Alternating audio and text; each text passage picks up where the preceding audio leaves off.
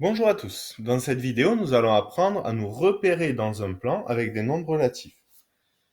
Alors, d'abord, un plan, qu'est-ce que c'est? C'est une surface plane.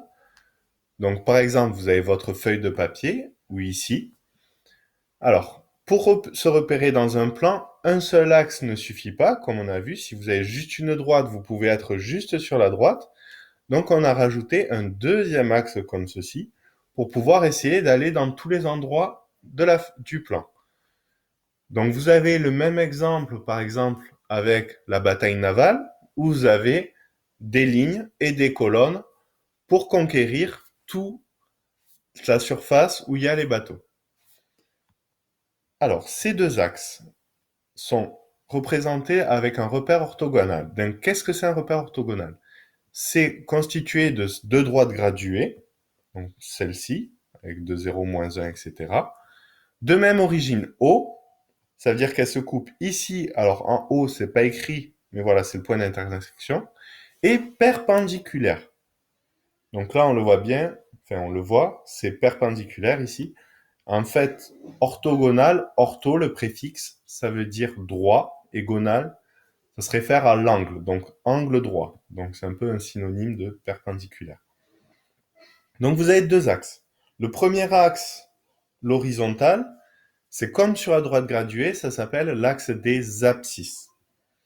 Et l'axe vertical, c'est l'axe des ordonnées. Donc c'est deux mots de vocabulaire à bien connaître et à ne pas confondre. Pour ne pas les confondre, il y a un moyen mémotechnique.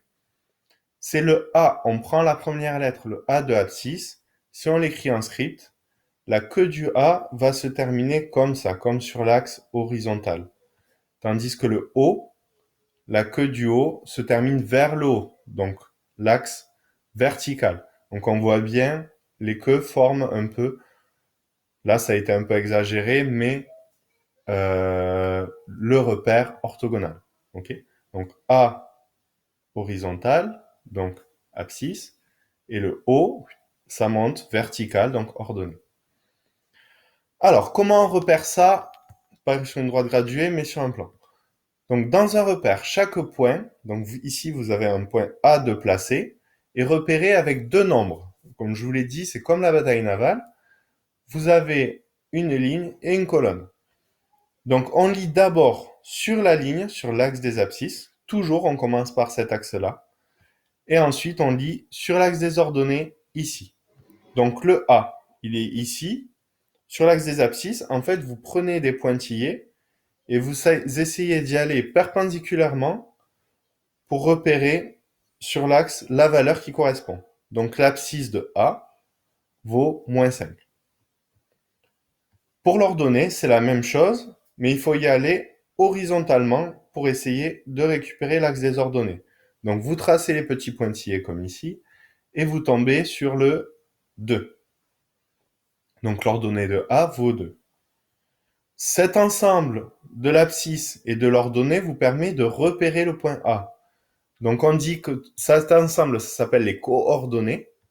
Donc les coordonnées de A sont -5, on cite d'abord l'abscisse, et 2 en ordonnée. Ok, on les écrit entre parenthèses, séparés avec un point virgule. Ok, donc ça c'est une notation. L'origine du repère, c'est 0 en abscisse et 0 en ordonnée.